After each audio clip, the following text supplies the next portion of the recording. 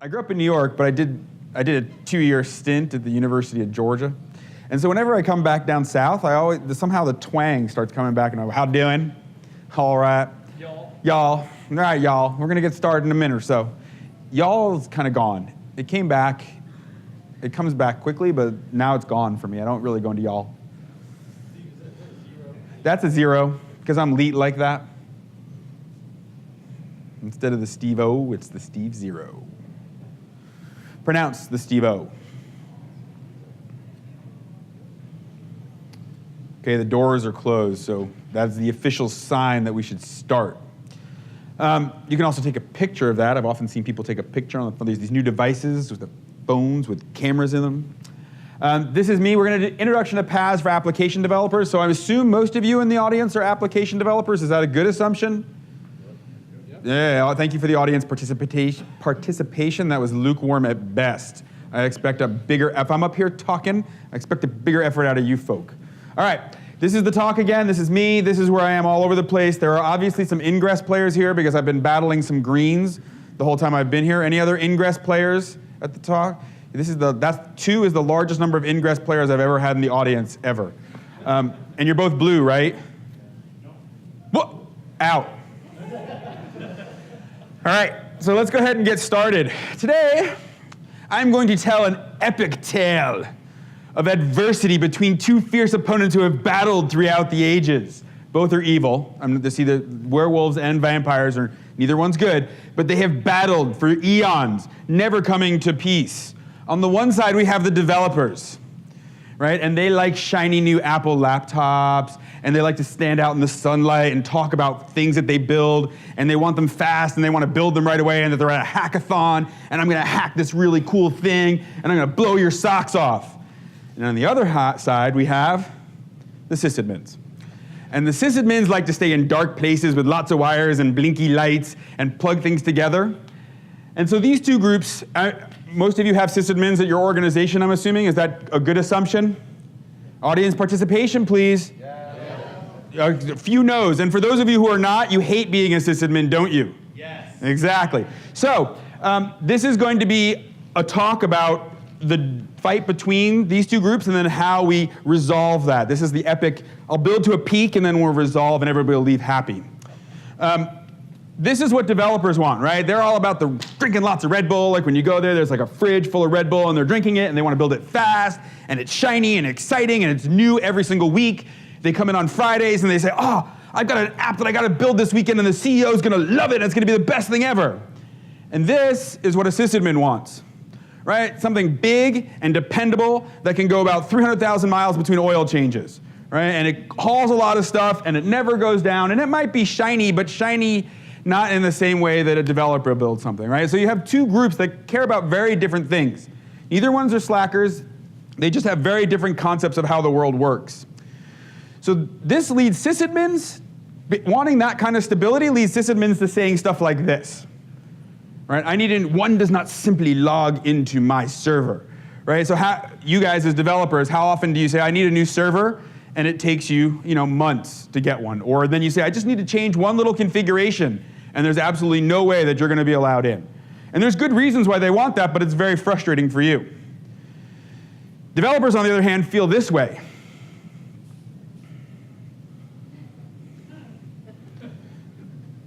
Right? So Sad Keanu is obviously sad about him not getting a server for up to next year when he asks for a new server to build something. And so there's this conflict between the two groups. So I think, in general, if you try to characterize the two groups, sysadmins are gatekeepers, in general. Not always. Sometimes you get more advanced ones. But in general, they're gatekeepers. And they try to protect things and keep things running. Because for them, uptime is the biggest measure. And developers want things quickly, and they want to build things right away, and they just want to start building. And they're doers in that sense. So this usually leads to this situation. Right? Since the two groups don't get along, developers go off and do their developy thing, and then they go to push it over to ops, and ops goes and put it into production, and there's a big fire, and then they're both blaming each other. Right? And so then you end up with the business people thinking this. right? Because then usually when that fire pops up, people are pointing at each other. Well, it worked fine in dev. It's because you guys do these things in ops. And the ops people are saying, well, you guys never followed the procedures, and you didn't do this. And then the business people are like, I'm wasting money here, right? And so today I'm going to try to help us all just get along, right? And you can make your own inference about which side is the ape and which side is the human. Since this is mostly developers, I don't even want to go there. Forget it. It's just, either way, it's just not right. So this is the background that I'm trying to give you why you as an application developer, there's plenty of reasons, and I'll show you when I do the demo, about why you should care about platform as a service, but really, it's good for the whole organization, right? It's basically awesome sauce you can pour over your entire development process. And that's what I'm going to try to talk about and then demo a little bit in the talk. So this isn't going to be all slides. They'll actually be demo. We're going pretty fast through the slides right now. So part of the platform as a service is a cloud technology. And how many of you have heard of cloud? Okay, you all fail for audience participation. I find it hard to believe that anybody in this audience has not heard of cloud. Since it's, what? You don't want to hear it anymore? Well, then you should have raised your hand high, because then I wouldn't have to lecture everybody about cloud. Should have been thinking about that when you thought about not raising your hand. So cloud has basically come to be a nonsense term, right? It can apply to anything and everything. It's good in the differentiation between a desktop and the cloud, but other than that, it doesn't do much. So I'm going to try to give, a lot of people still haven't heard of platform as a service, and I'm going to try to tell you where it fits in the cloud, right? So infrastructure as a service. Who's the largest infrastructure as a service provider today? Amazon. Right? Amazon is infrastructure as a service, which is freaking awesome, especially when you're old like me. And you can remember where you had to like spec out a box, and then you would give it to your business people, and then they would go get a quote from Dell or from HP, and then you'd wait a month, and then they'd argue back and forth about the quote, and then you'd finally get the box, and it would take a couple weeks to come, and then they would finally put it in the server rack, and then someone would have to go wire it up, and then someone would have to go put the DVD or the CD into it and boot it all up, and then like 6 months later, you finally have your machine, right? And so with infrastructure as a service, it's freaking awesome. You say, I want a new server with this much CPU and this much RAM, and it's up in a matter of minutes, right? Which is amazing. But for us as developers, it's not the most amazing thing, because then you have the same problem before, which is a box, right? So you have to pick the OS, you have to maintain the OS, you have to put the application servers on it, you have to configure the networking, you have to keep it up to date.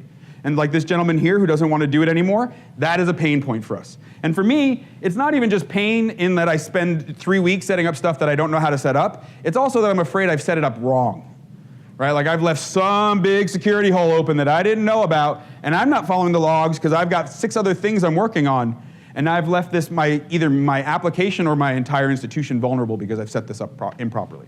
So that's the problem for developers for infrastructure as a service. Software as a service. Who's the largest, how many of you are from enterprise companies? Okay, so for those from enterprise companies, take off your enterprise hat for a second. Who's the largest software as a service provider out there today? Google. Who said Google? Nice job. Although you work for Red Hat, so you get discounted. Google is by far the largest software as a service provider. Which part of Google? Jason, you can respond again if you'd like. Gmail, exactly. How many of you in this room have a Gmail account? Exactly. So there's 6 billion people in the world. Each of them have about 4 different Gmail accounts. That makes 24 billion email accounts running on Google's cloud, right? So they are the largest software as a service provider in the world. But for developers, it's great. I don't have to stand up my own email servers, but it's basically doesn't do much for you for development, right? It's like my PE teacher used to say, you get what you get and you don't get upset, right? You run the email and that's about all you get. So platform as a service is in between these 2 extremes. And so the idea, and I'll demonstrate this in a little bit, is you can use one command to spin up, how many Java developers in the room? Okay, how many Python developers in the room? PHP? So it's mostly Java, is that right? Perl, web developers, not for your systems. Really, still Perl web. We offer that. Ruby, no, it's Java. Okay, so you can spin up your Tomcat instance with one command and have MySQL spin up at the same time. Basically, one command to spin up your entire infrastructure, and then someone else maintains it, someone else keeps it up patched, and you're just writing code. And that's what this is about. Now, this is the part where I take my propaganda hat off. I put the big OpenShift here. This is the platform as a service from Red Hat. Who are other platform as a service providers out there today? Google. Which part of Google? Oh, see, you can't just yell out Google. That's like, Who's a phone provider today? Google. Who's a mail provider today? Google. Who does photos? Google. That's not good. You have to know the specific product. App Engine, yes. App Engine is a platform as a service, right? Who's another one? Heroku, yes. So the reason why I'm bringing these up is because when you think about Red Hat's customers, do you think small little niche startups? No, right? You think big enterprises, spending that, and how fast do these usually move? On the scale of Glacier, although glaciers are relatively fast these days, to Rabbit, where would you put them, Glacier or Rabbit? Glacier. Glacier. The funny part is we have customers coming to us now, some of the largest ones that you can think of, saying, I want platform as a service in my organization, right? I'm done with VMs, I'm done with all that other stuff, I actually want to go straight to platform as a service. And so why I bring that up is, as a developer, you should be trying at least one, if not two of them out. It is coming and you will have to use it, right? If organizations that big, that slow moving are already asking for it, it will be in your near future using platform as a service. I think you should use OpenShift, but I'm secure enough in my masculinity that I'm fine with you using other PaaSes as well, okay? But one of the big take-home messages is PaaS is important for you to start playing with, all right? Any questions? I'm actually a very informal speaker, in case you couldn't tell. So I love questions. I usually have some sort of swag, but we gave away all our books this morning. So any other questions? No? Everything I've said so far has been crystal clear. So platform as a service in the sense of like, because when I think of the Google App Cloud thing and Heroku, that is two completely different things in my opinion. So the difference is Google makes it a bit confusing, and the same thing with Microsoft Azure as well, is that Microsoft Azure and Google Cloud are in both of these boxes. This is Google Compute Engine, this is Google App Engine. So with App Engine, you say, I want a Python app, and you put your code in and it runs. With Google Compute Engine, you say, I want a compute unit, and then you put all the stuff on top of it. So, okay, yeah, Amazon EC2. This is Amazon EC2. There is an Amazon product that's platform as a service. What is it? It's like Elastic Beanstalk. Elastic Beanstalk, right? And OpWorks, I think, is it's kind of hard to read through not that Amazon makes things very clear, but they also make the distinction between what's Beanstalk and OpsWorks. I can't really quite tell. But those are both similar in this area right here. Okay? Yeah?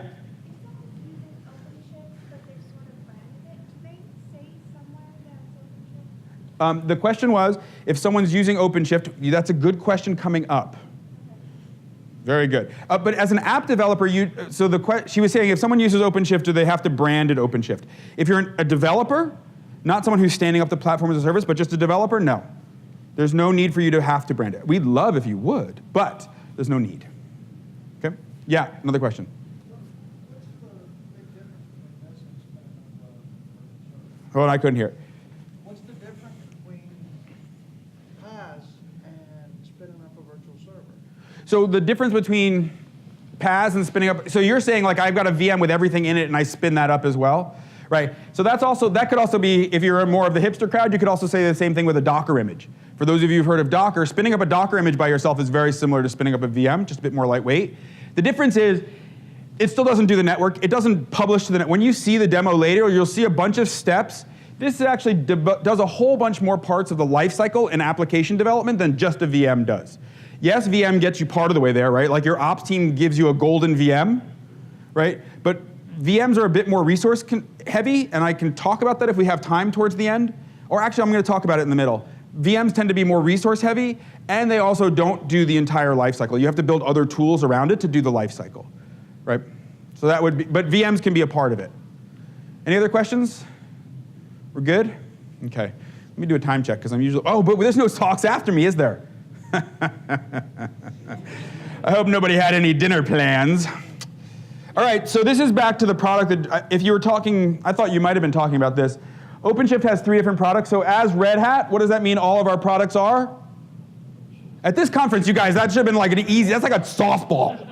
It's open source, right? So the open source parts of OpenShift is OpenShift Origin. All right, it's up on GitHub, openshift.github.io. Apache 2 licensed. It's all our development's done on the open. Our sprints are in Trello, public Trello cards.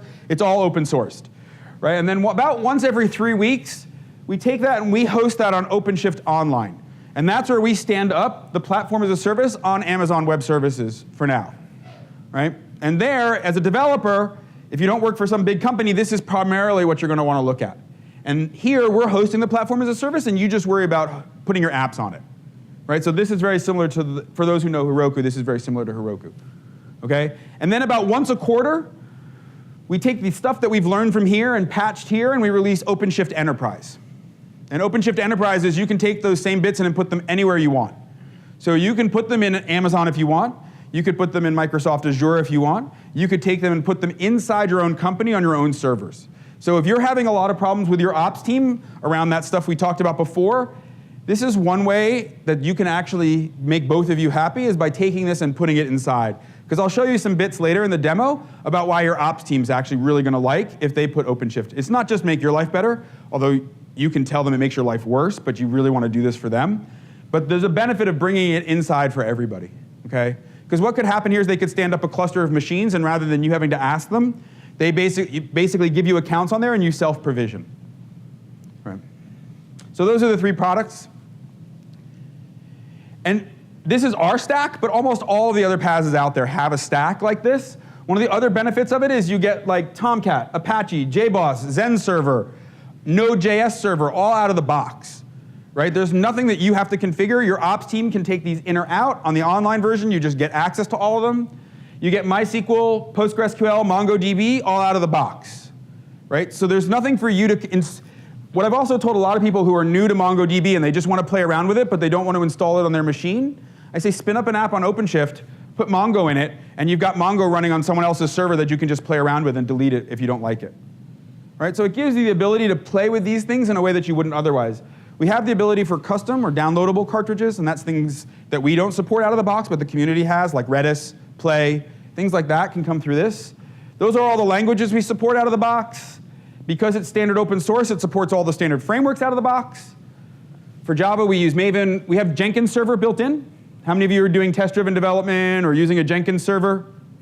Well, that's good. You can actually have a Jenkins server built in and then have your client publish to that as well. We integrate with Eclipse and IDEA and Zen, what is it called? Zen Studio? Whatever Zen's IDE is called. So all of the IntelliJ suites we integrate with, Accelerator. And then we have package apps, and I'll demonstrate WordPress later. Any other questions? Okay. Was that a question? I like questions. No. So how we make the sausage, and I'm not going to really go into how we make the sausage because as a developer, I actually really don't care how the sausage gets made. Right? As long as it's secure and it runs, I just want something to run my platform on. But I'll give you a very brief discussion about it. We use Linux containers. How many of you have heard of Docker? Okay, so we came out with this before Docker was released. Actually, Docker was one of our competitors when they used to, was it AppCloud or Grant, what was the name of the original? .cloud? Yeah, so .cloud was also a platform as a service, and they kind of did a pivot, as in they were going out of business, and what they pivoted to was Docker. And they did that is one of the most brilliant pivots I've seen in a long time for a startup.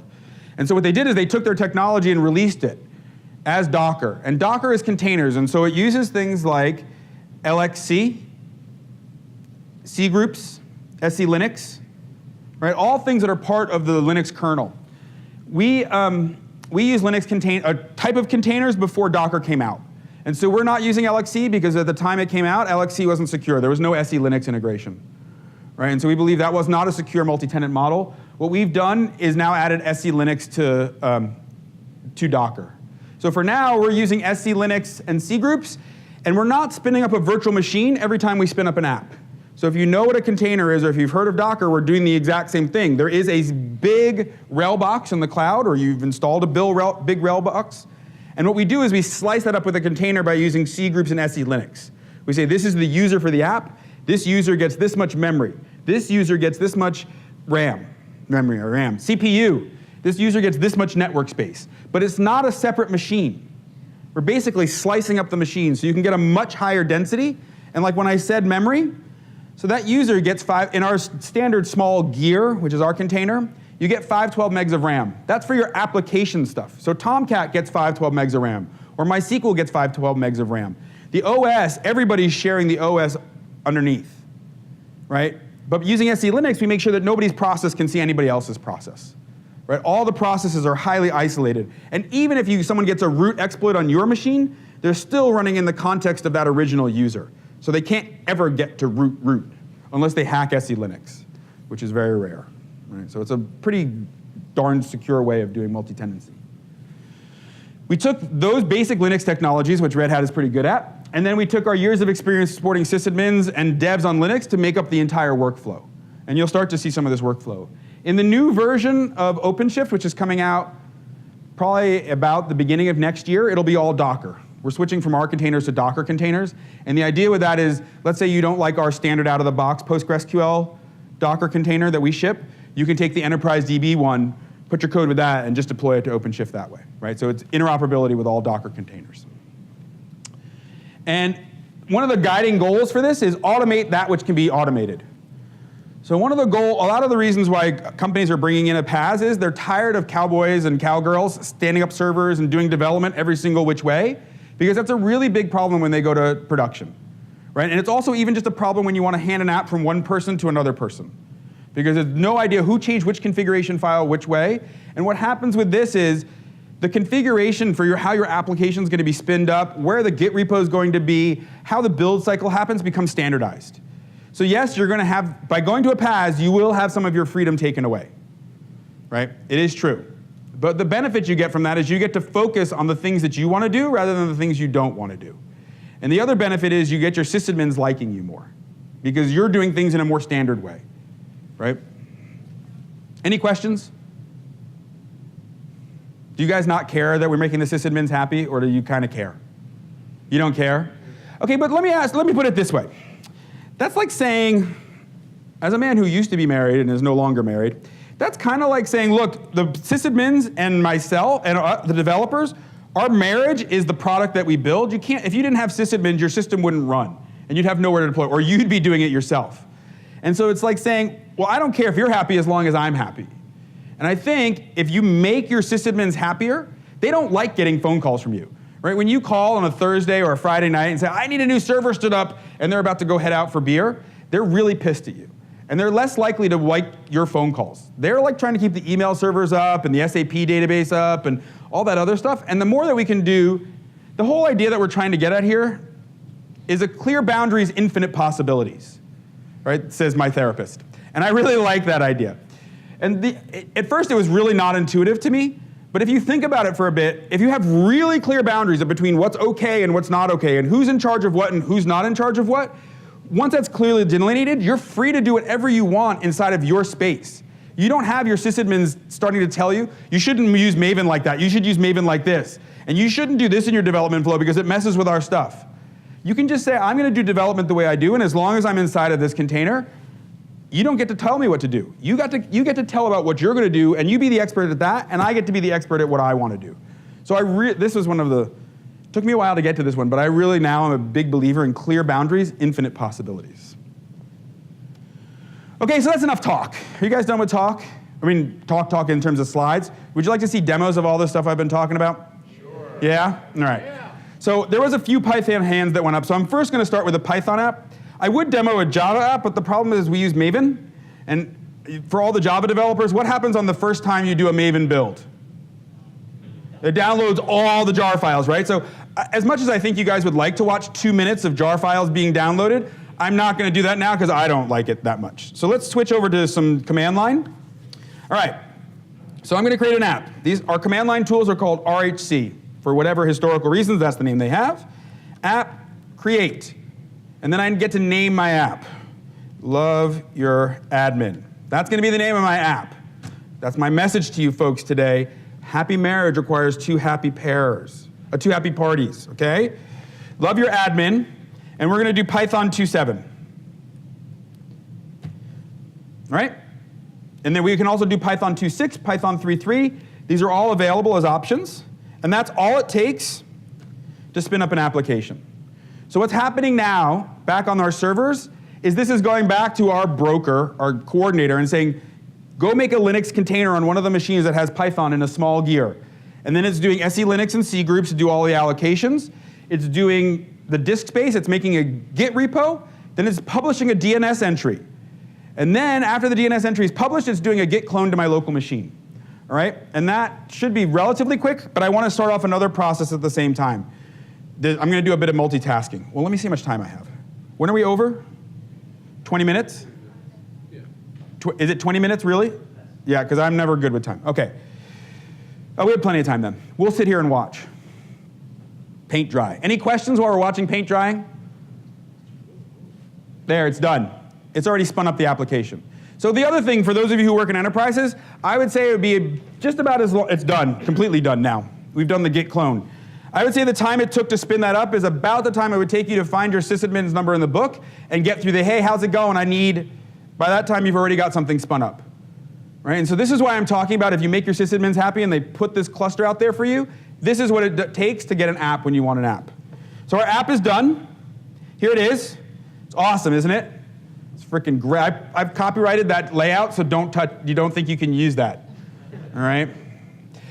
What you'll notice is it already gave it a URL, right? So it's my app name, my namespace, and then everybody's on rhcloud.com in the online version, right? It's made a Git repo right here. Here's the Git repo, and here's the address if we want to SSH in, which we will in a minute.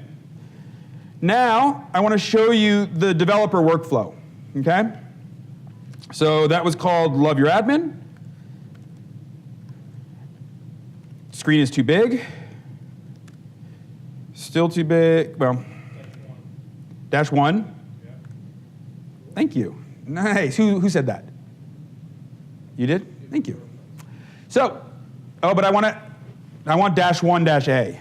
Does that work? Yeah. Oh, nice. All right. So you can see it's a Git repo, right? There's the Git repository. There's also a metadata repository that is .OpenShift. We put that there in the Git repo. There's things in there like, that's where you would put your cron jobs, right? You can also put hot markers into that file or markers into those in there as well that will do things like control. You'll notice when we do a build, we're going to actually stop Apache and start it again. There's a way to put that in, a marker in there that says don't stop Apache. Like Python doesn't need Apache to stop. Requirements.txt, that's where you put in all the requirements, download packages. It's like the same as in a Maven file where you'd put the requirements in that, and this will download it at build time. And our big page that we were just looking at is wsgi.py. Right? So let's go ahead and edit that. So Ninja, Emacs, and Vim is too heavyweight for me. I just use Nano.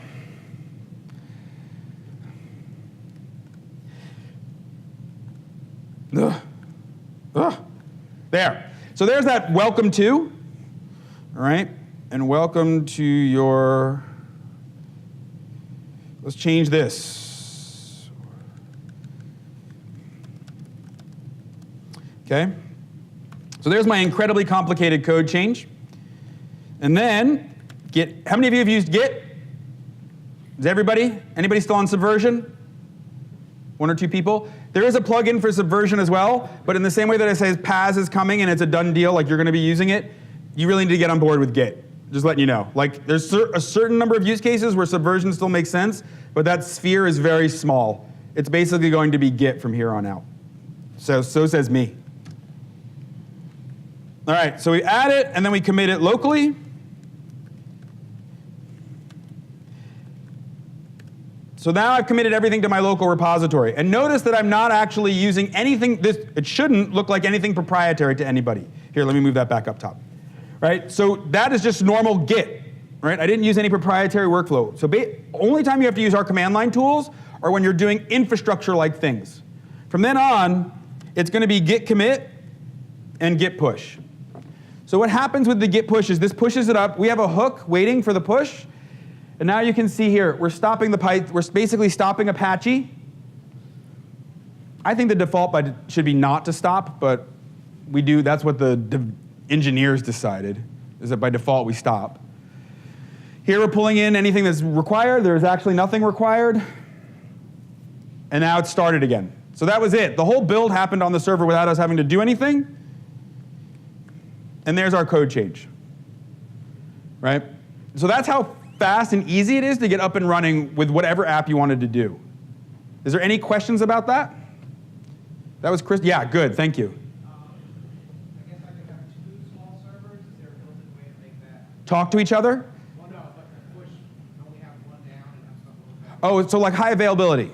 So the question is, yeah, it's like how would a build happen in a highly available situation?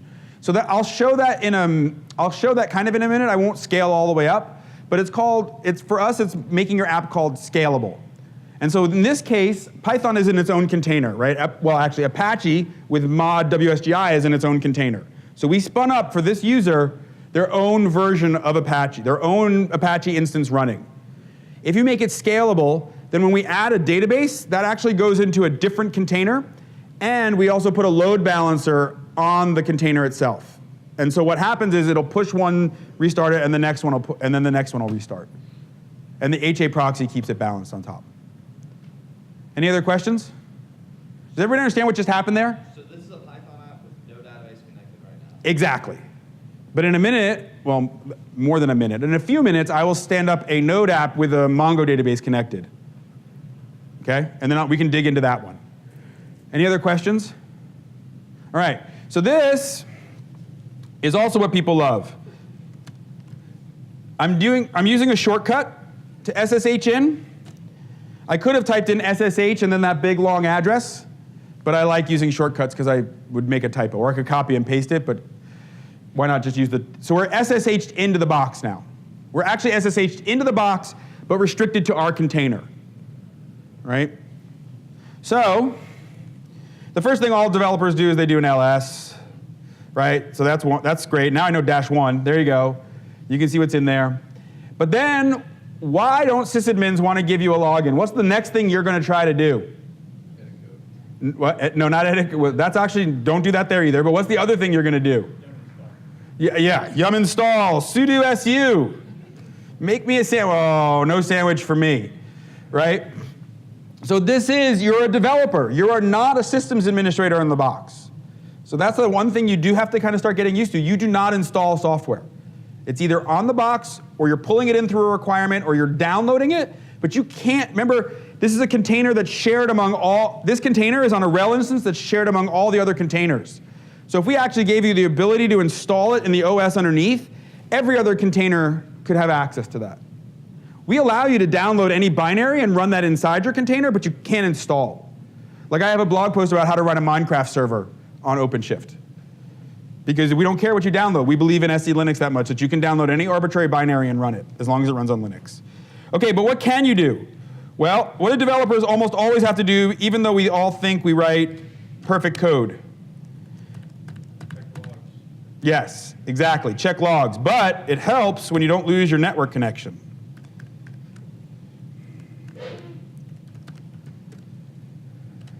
Oh no, now I'm back.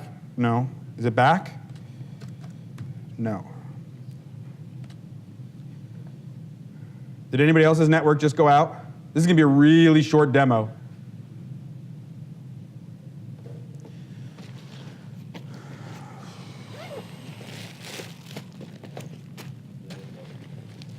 Did it go? Nope.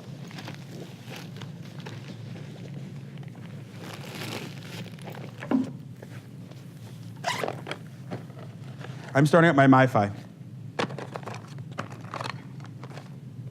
Sorry. Although I wasn't getting, did anyone have a Verizon? Oh, it's back. No. The network is dead. Does anybody else have a Verizon phone here? Are you getting a signal in here? I'm not getting a T-Mobile signal in here, so.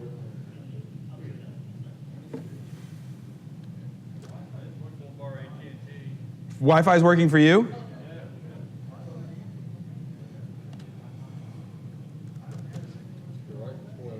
Oh, we're back. Sorry, I don't know what happened. Stop using the Wi-Fi then. You're the reason the demo just failed.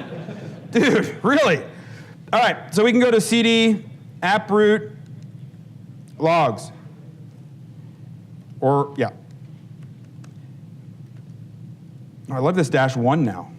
There's our log, right? And we can do anything we want to that file. We can grep in it, we can less it, we can do that, but we can also even do this. It's all gone, right? We have write permissions as a developer to the log directory. That is up to us. We also have this. Oh my gosh, how long has it been since I've used that kind of slash?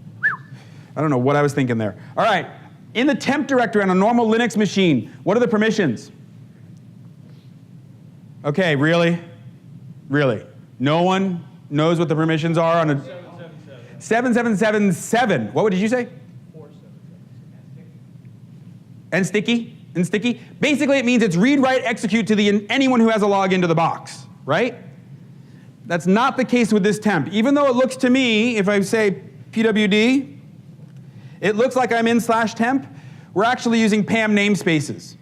Another fun little Linux trick to give you your own temp directory that only you have access to. So if I do permissions on it, it's only got read, write, execute for me, and it's only visible to me. Okay, no one else can see that temp directory. But it behaves the same way as a temp directory. Don't count on that as a storage space. And this is one of the differences between us and most of the other PaaS providers, is we give you permanent disk space. Like for those of you who've used Heroku, how many of you have used Heroku? Right? Could you put a database inside of your could you put a database locally? Or did you have to use some other service for it? You have to use some other service, right? And what do they tell you about, like if you want to upload files from pictures, where do you put them? S3 or something, right? You have to use some other service. Here, I can go to, we have an environment variable for it, but I can also, I know where it is by heart. There.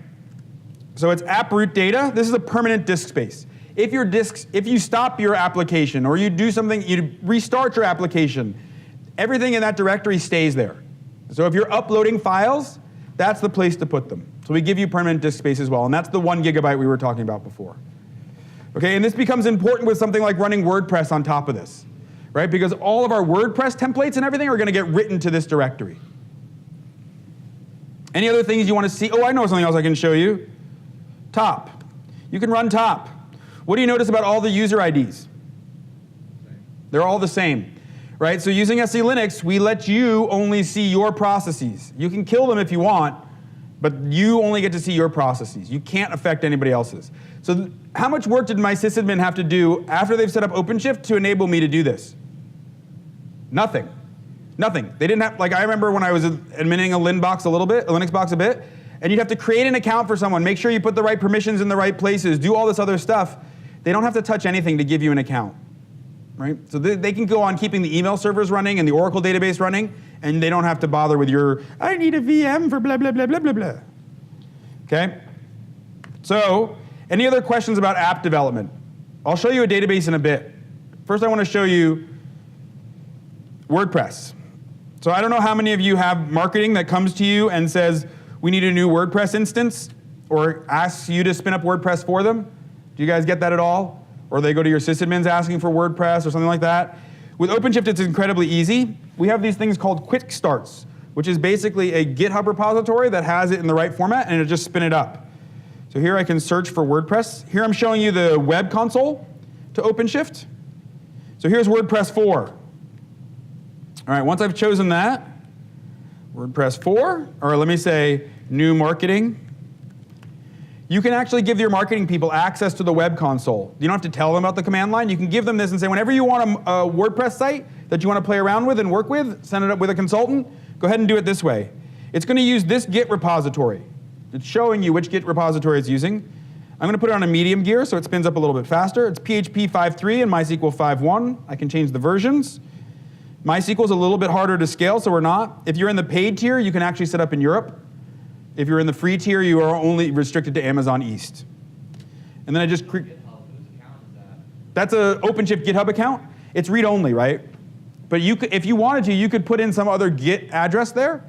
It can't be a private Git repo at this point here, because OpenShift won't be able to see a private Git repo, right? But for any public repo, it could. If you put up enterprise inside of your company, that could be actually looking at anything that OpenShift can see, right? As long as OpenShift has the ability to see it, it can actually use that in the Git clone. This is going to take a bit longer. And why? Yeah, go ahead, question.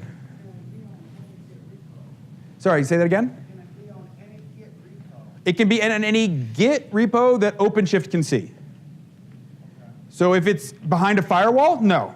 Unless OpenShift is also behind that same firewall, right? It doesn't have some sort of magic ability to go subvert someone's security. Doesn't have to be in some specific, it just has to have the right structure. Yeah. You can specify a branch. Yeah. So while this is spinning up, you can see a branch or a tag. Yes.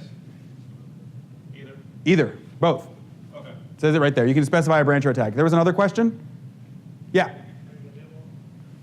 Pretty soon, will you be able to put your Git deploy key there Will you be able to put your git deploy key? Tell me. To a private Git repo, is that planned? Or is it just like? You know, so with version 3, it's already done. Our WordPress site is up. With version 3, the new one that's coming out, things are from the developer's perspective, they're different than they are now, and especially from the sysadmin's perspective. So I don't know exactly what's happening. With version 2, there's not, and basically we've made most of our engineering switch over to version 3 because we're trying to get that out now. So I doubt Grant, do you know if you can do that? Where you can put in a private Git key and then use it? I don't think you can. No, you can't with online. Enterprise, you probably could. Enterprise, once you bring the bits inside, you could do all sorts of, like they could take out 4 of the cartridges, put in some special SSH stuff. They can do all sorts of customizations because it's inside. With online, it's very much, you get what you get, and that's how it is. All right, so we've spun up the application. Right, here it is. It's live. Blah, blah. Yada, yada. That's a good one, coming from New York. But I'm not going to spell that right. How about Steve? Okay, so there's my password, very weak. junk@junk.com. I do not want to search this. And now I have my WordPress.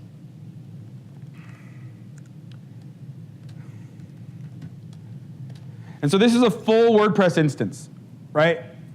How long would that have taken? And this can be internal to your company. This could actually be, it's a full one. It's not like WordPress.com where you're getting their hosted version. This is your own full WordPress, right? So that's how easy it is to spin up something like that. Yeah?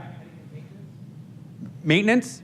You own WordPress, right? So that if you didn't want to own WordPress, then you're looking at a SaaS model, right? This is platform as a service. So we're assuming you are a developer, and we don't go into people's applications and maintain the applications. Right, so we're assuming you're going to go into WordPress and go and update it when it says it needs to be updated. Right? Does that make sense? Because we don't want to go into people's applications. Like, how do we know what libraries people are like? What we do sometimes is if there's a really big security bug, we will go and proactively search for things. Like from the outside, like with Heartbleed, we were looking for apps that needed to be patched for Heartbleed. And if you used a library, if you used a language that was known to have a vulnerability, we'll patch it and then kick your app to restart it with the patched vulnerability. Yeah? So we started with your OpenShift copy of WordPress, right? This is, yeah, we basically took, I'll show you, well, it's too late now. There was a GitHub repo that had WordPress in it, public. What? It was under OpenShift. It was under, yeah, it's OpenShift version. So if OpenShift pulls fixes into their repo, and the developer that owns this particular WordPress instance, it seems like all they have to do is update. Git pull and push again, yeah. And that's how you get maintenance. That is one of the ways, yes. Although I think WordPress basically has internal maintenance they built it for people who don't want to do development. So they have an update from within inside of WordPress for minor version releases within a big release. Okay? The last thing I want to show, and this will bring a database in, this will bring a whole bunch of stuff in. I'm going to spin up. Rails server. What? A mail server? Rails server. No. There's nothing wrong with Ruby. It's just I don't know why you had to go and invent it. Python was just fine when it started anyway. I don't have a problem with Ruby, except I don't want to learn it. That's all. That's what I'll say. So we're going to build this app like this, right? This is a mapping application I've built, and it's got all the national parks in the United States and Canada in it. And it's a mapping application. The points, these are my points, and they're loaded into Mongo database, right? And so in this application, I'm going to use the command line this time. I'm going to spin up Mongo. I'm going to spin up Node.js. I'm going to take data from the Git repository and actually import it into the database, and then the application will spin up with all of this running, with just the map running. Let me fire that off. Okay. I'm going to make it scalable so you can see when there's 2 different containers. And then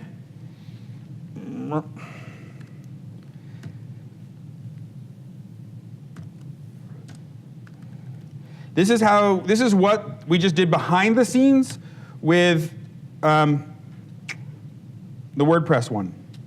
Right? I'm going to specify this repository as the repository to start the application with. So instead of having that dumb little app that I have copyrighted that is beautiful to look at, it's going to use this Git repo as the base repo for it. Ugh.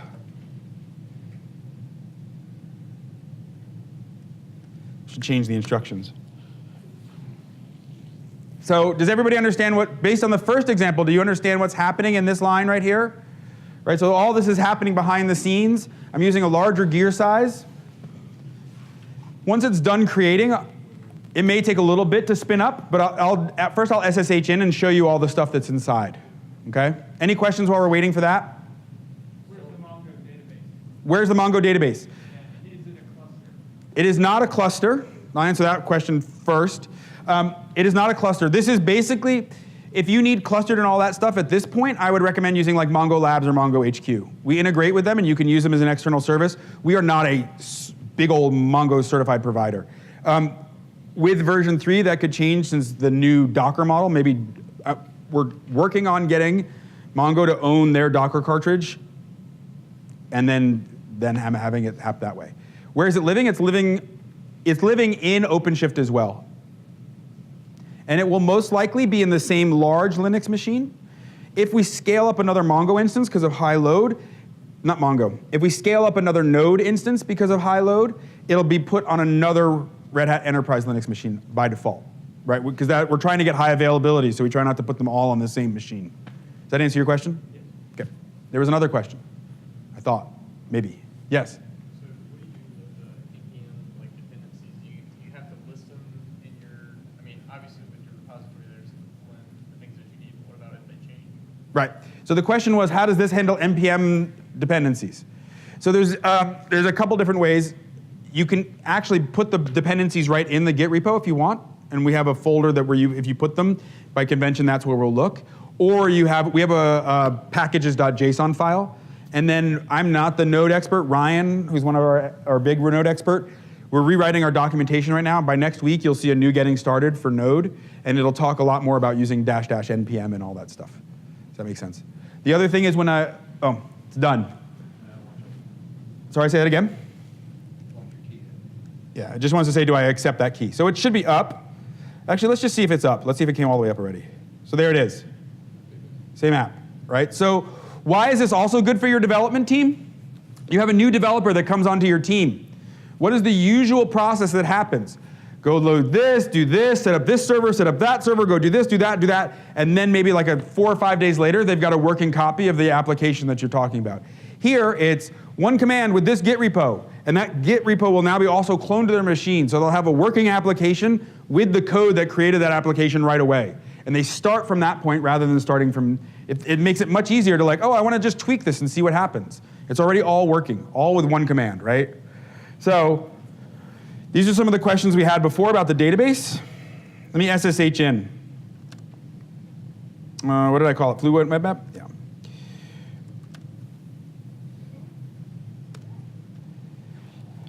Oops. So I'm SSH'd in, and I can do this. And I'm into MongoDB. Right? That's how easy it is to start playing with MongoDB if you wanted to play. Just go ahead and install any language you want, put a Mongo cartridges in it, and you're good to go. Right? The other thing, sorry, you can see I use Postgres all the time. The other thing is, how do the two containers know how to talk to each other? I'm in the container right now that was for Node. And what you'll see is a whole bunch of environment variables that got inserted to the environment when I added the Mongo cartridge, right? And so what you can see in here is, here's the port that Mongo's exposed on, here's the username, here's the password, and because I use the environment variables in my code, anybody could use OpenShift to spin it up. The environment variable will still be there, it'll just be pointing at a different value, right? So it'll just work right out of the box with anybody else who uses it, as long as you use the environment variables. Right? The other thing is sometimes during maintenance, we might change the IP address of the server. So that's why you might need to, that's why it's better to use the environment variable so that your app still works if by maintenance we move things around. Okay? In the cloud, always use environment variables. The other question I get, and for the logs, they're each in their own gear. The other question I usually get a lot is how do I use the Mongo for my own machine, right? Like how do I connect to my Mongo instance? We only expose port 22, 80, 443, 8000, and 8443. Those two higher ports are for WebSockets. So we support WebSockets if you want to use WebSockets, and those are the ports you use. The only way you can do it is through port forwarding. So now I'm back on my local machine. I can do RHC again, port dash forward, Fluent Webmap. And what happens is the command line tool goes and scans the containers and finds any ports that's trying to expose, and it makes a local connection to it, right? So on my local machine, well, I can't actually connect to it because I didn't remember the username and password. Did anybody memorize that long string for the password? No? You guys are useless. All right. I can do this, though, I'm pretty sure. Control-Shift-C.